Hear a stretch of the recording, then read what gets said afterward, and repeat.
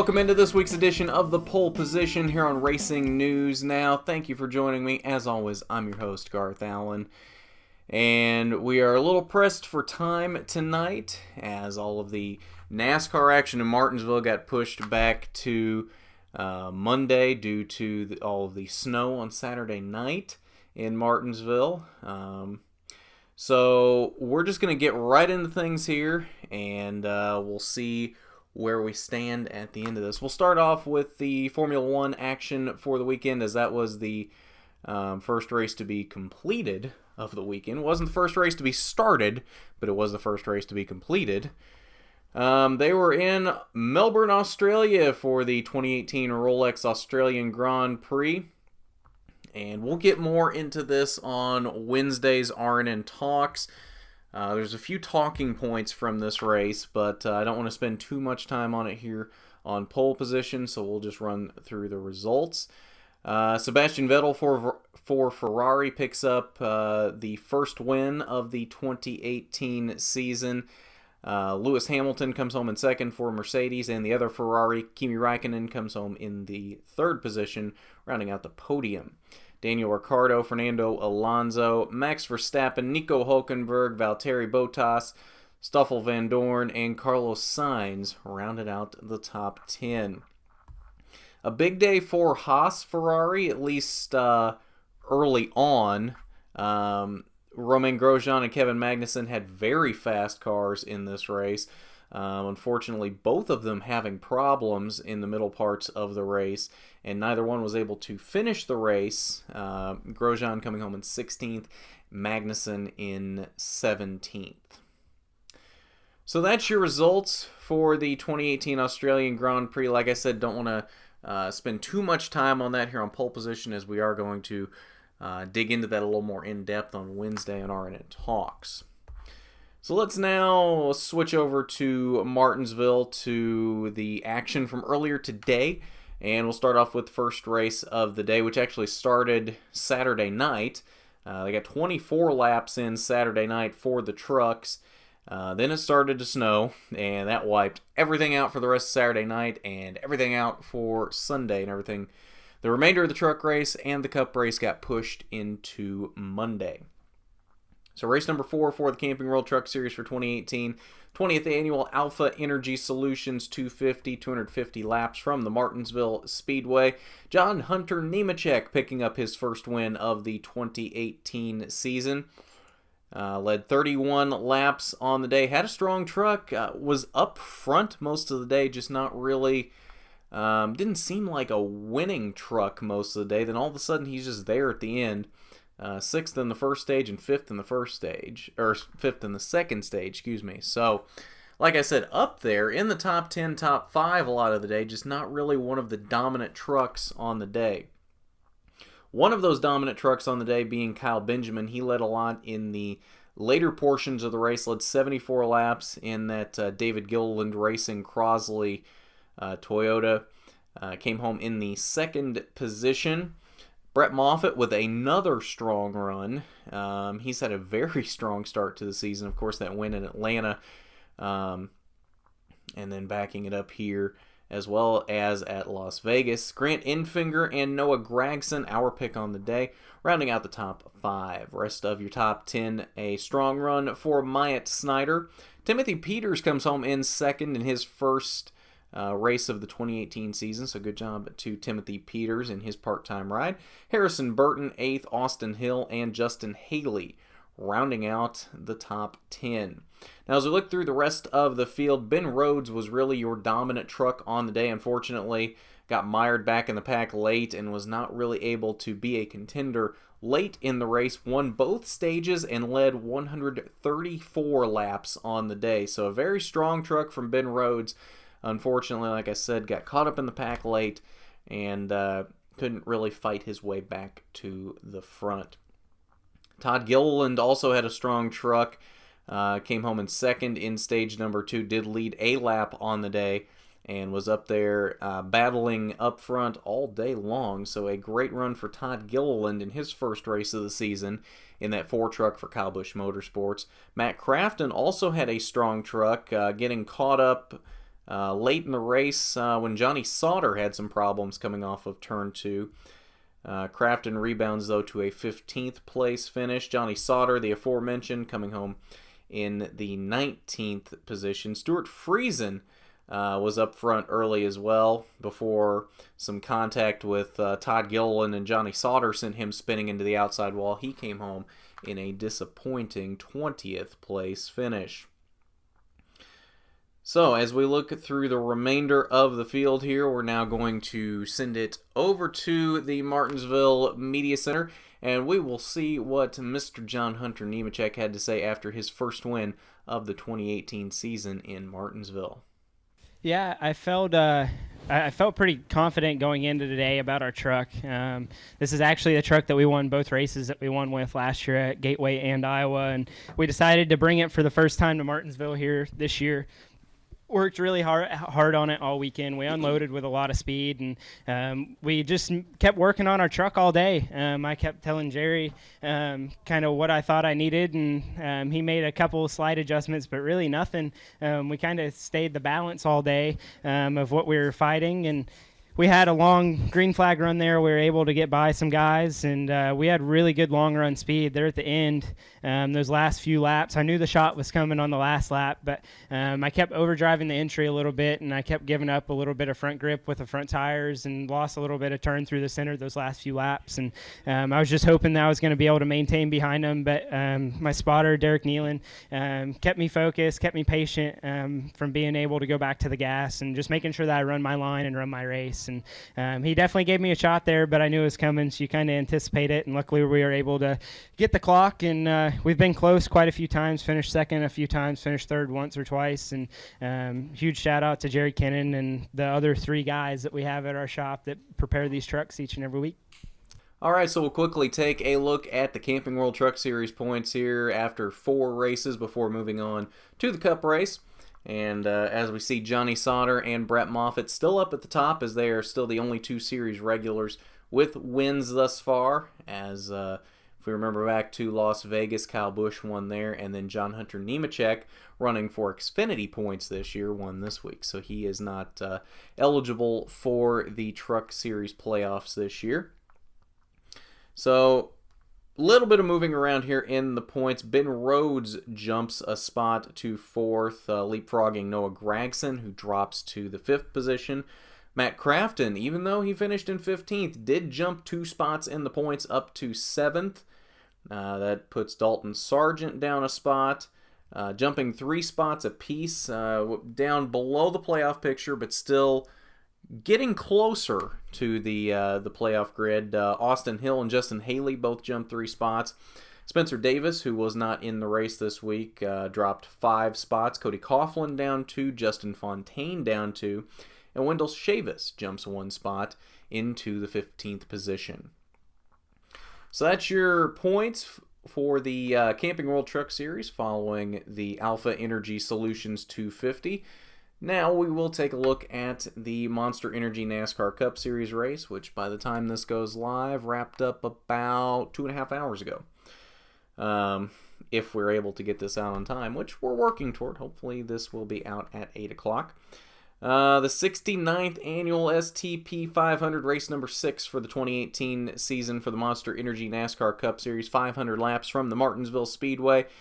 And good old Clint Boyer snaps a 190 race winless streak. His last win came at Charlotte back in October of 2012. Clint Boyer finally able to put it back in victory lane, and he did it in dominating fashion today, leading a race high 215 of the 500 laps in this one. A very strong car out of Clint Boyer. Kyle Busch, who was up front most of the day, led 24 laps. Was one of the stronger cars, although he didn't lead a lot, was up there most of the day. Comes home in the 2nd position, was running Clint down at the end. Had he had a few more laps, might have been able to get there, but just ran out of laps at the end. Ryan Blaney, really your other dominating car throughout the last half or so of the race. He comes home in a very strong 3rd position, 145 laps. Led for Mr. Blaney on the day. Martin Truex Jr. led 4 laps, came home in the 4th position, and Kevin Harvick rounded out the top 5. Rest of your top 10, Joey Logano. Alex Bowman with a very strong run in 7th. A.J. Allmendinger, his best run of the season in 8th. Chase Elliott in 9th. And Brad Keselowski rounds out the top 10. Other notables down through the field. Denny Hamlin comes home in the 12th position. He was strong early, led 111 laps, did win the first stage. Fell off late, especially after an incident with Kevin Harvick, where Harvick more or less brake checked him coming off of turn 4 and smashed in Denny's nose a little bit. Denny never really was able to recover from that, but did come home with a decently strong 12th place finish. Jimmy Johnson showed a little bit of speed throughout the day.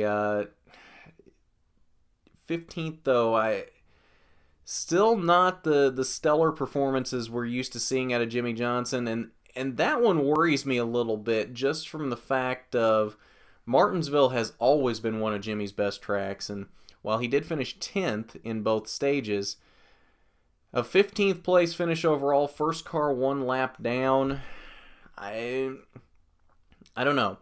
If we look at Jimmy at the end of last year and we look at him from the start of this year, I don't know that we're there yet, but I think we might be getting to the point where we need to be worried about Jimmy Johnson.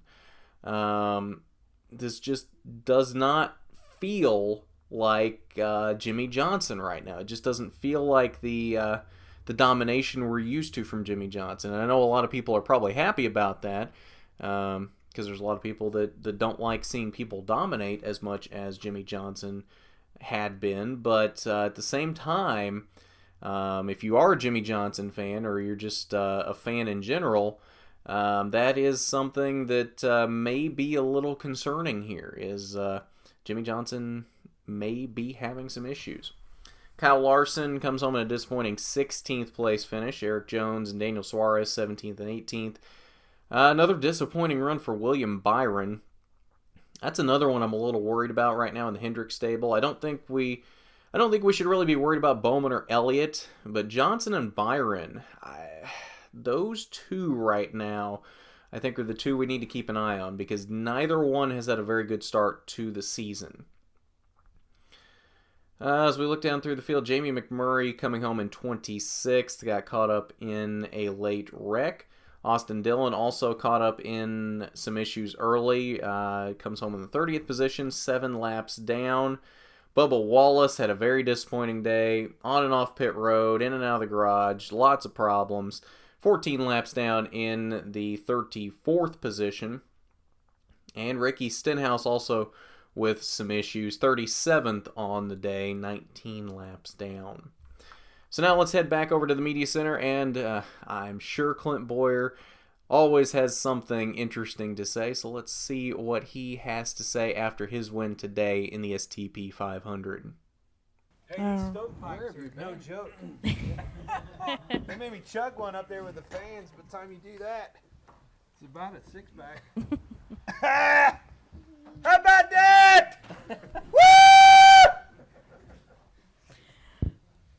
Clint, if you don't mind to grab that microphone I don't need a damn mic. and give us your thoughts on returning to victory lane, especially here in Martinsville. I'll be damned. Man, I'm telling you, just everything. Thinking back over the years, and this is the place. I mean, go back to 2012. Like, I'd sucked here. And 2012, we Ryan Patty came up with a short track car, and things started to get better. We got close so many times. I made a mistake and wrecked that Jeff Gordon guy and Jimmy Johnson, whoever the hell that is, and really, really screwed up and pissed a lot of people off. And to be able to learn from all those mistakes and then get the opportunity to be at Stewart-Haas Racing, to line up next to my old teammate Kevin Harvick, a champion of the sport, Kurt Busch, a champion of the sport, the welcomed addition of Eric Amarola, to see it all, to learn from our mistakes last year. This was one of our best tracks last year. Mike has had a good Booga. Can we call you Booga? Booger Agovich. It's okay, I did. I'm going to say it once, but it's a Hey, hard Clint, name. sorry to interrupt you. If you could just grab that microphone. Yeah, they're starting to, You slur it after a couple beers. That's what happens. But Hey, Clint, sorry to interrupt. If you could grab that microphone, we All actually right, can't this is hear you. official. Thank That's you. why I didn't want to put it Sorry. on there because I was We afraid it need would the be audio, official. so I apologize. So to have his setup, Tony was always really good here. You know, and he kind of led the charge to the short track program for Martinsville. We had a good test here with the 4-car last year, and Kevin's always been good here. But ever since I got in this 14 car, this was the one track that I remember last year was like, I think we could be better there, you know, with some adjustments and some good fortune in getting that track position. I think this is a track that we could win at. Fast forward to this year, you know, everything that we've learned last year, there's no question. All you guys was hard on us last year, that we learned a lot. I learned a lot about myself. You know, and Boog and I, we fought a lot. Well, there's no question. We fought a lot, but there was no questioning the passion that either one of us had. The desire to get my old ass back in victory lane was there. And, you know, we had conversations over the off season, and then slowly but surely, all of a sudden you start getting confidence in one another, and you can feel it through Atlanta, a good run there. But it's hard to watch your teammates, whether it's Kevin as a driver or Rodney as a crew chief on his side. It's hard to see your counterparts have all that success and to be able to yeah, we had a good run, but it's still, you know, fuels that fire, and it can either be a detriment or a positive attraction. And for us, it just made us want to get to victory lane. And then all of a sudden this opportunity comes. Martinsville, again, unloaded a good car, unloaded 4 fast cars. Make no mistake, all 4 Stuart Haas cars have been good all year long. Kevin led that charge with 3 races in a row. But we've been steady Eddie with our 14 car and the things that I've always been accustomed to. Consistency and things like that are starting to see, you know, knowing our strengths, knowing our weaknesses from last year, focusing on those weaknesses. And then all of a sudden it starts clicking and putting things together, and you have those conversations. You feel confidence. You know, when Mike talks, I feel like he has confidence in me, you know, and then when I talk, somehow, for some reason, I think he's starting to have some confidence in me. So those are the positive things that start happening, and really, truly, success and results are the only one the thing that can fix that. And you know, I told this little turd right here, I mean, really, it's the one thing that I don't have. You know, I have these pictures. I don't know why. My best friend was here all week long, and I knew he was coming. I've had all these pictures. I'm just replaying all this that's happened. You have all the time you need. No, in my office, I have all these pictures that I've always just leaned up against a wall that you accumulate over the years. And next thing you know, it's been 12, 13 years over time, and I was like, I'm tired of it. I'm going to hang all these up. And it's the one thing that I don't do. You never think about the past, and you never focus on anything. And I didn't want to put a victory lane picture up on my wall, but it was like, hell, it's the only one I got, you know. And it's been leaning up against the wall at the bottom of it for, 6-7 years. You know, our dirt late model championship, that plaque and all those pictures from that deal was leaning up against the wall. I started to put all these things together and you know, starting to reflect on this. And the one thing that's always missing is a picture with him, you know, and that's where it changes your thought process and your reasoning for racing. A lot of people want to think about these kids as being, you know, a distraction, you know, to drivers and to athletes. Hell, we ain't athletes. We got power steering. But to drivers and things like that, you start to think about, you know, what really matters in life. And the one thing that I didn't want him to you know, go through life as is not to know what this was all about. So to be able to have us our victory lane and have his number 1 in victory lane, that's pretty cool, wasn't it? But I mean, it was just something felt right about today. Our weekend, all 4 cars were fast. I followed Eric in practice, and I was like, man, I told Mike, I was like, that 10 car's as good as we are. No questions asked. He was really strong. Wasn't catching him, you know, any way, shape, or form. And I knew that he was going to have a good race. The 4 car was fast. Kurt's always fast here. And then driving up here this morning, my wife and I were listening to 90s country and jamming out on that. And it was just, I don't know why, it just felt right.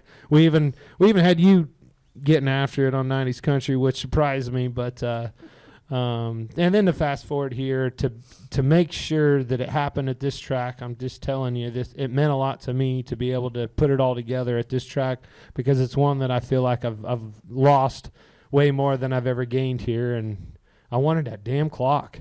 How are we going to get it home? What do you do? I'm going to ratchet strap it to the... But we drove my wife's SUV. We're going to be the Clampetts with our trophy ratchet strapped to the roof of the SUV. But it's coming home. Yes! And you forgot to mention that Kansas made the Final Four. Yes, I Last night. saw. Bob, did you watch that? I saw you. I was following you on Twitter, and every picture Jenner posted was you watching Twitter instead of the damn game, Bob. That's sad. Come on. Every now and then you got to let go of your job and enjoy the moment. And that's what I did last night as they won that. He's gone. That's the attention span I have right there. So we'll take a quick look at the Monster Energy NASCAR Cup Series points before wrapping up here tonight. Not a lot of changes here, as we expect. As we get further into the season, obviously the moving and the shaking happens less, but it does happen. Ryan Blaney jumps 2 spots in the points. That puts Logano and Keselowski down 1. Really, the Penske cars fairly even in points right now. They just keep kind of flip-flopping between each other. Blaney now the top dog of the 3 with Logano and Keselowski very close behind him. Kurt Busch jumped a spot over Eric Almirola, who dropped 1. And Alex Bowman jumps 2 spots, leapfrogging Paul Menard, and that puts Ryan Newman down 2 spots. So all the same drivers in the playoff grid right now. It has moved a little bit. Nobody new in there, and nobody new out. So that is your point standings of note. Not on the graphic here, but of note, 17th and 18th right now, Jimmy Johnson and Chase Elliott. So if you're worried about Jimmy Johnson, he's right there outside of the playoff grid. He's like I said, he's definitely one we need to keep an eye on here going forward. And Chase Elliott, he's had a couple rough races to start the season, which is why he's so far down in points. You take out those rough races, and I think he's squarely in the playoff grid. William Byron, the other Hendrick car, sitting in the 20th position. So that's your point standings for the Monster Energy NASCAR Cup Series following today's STP 500 from the Martinsville Speedway.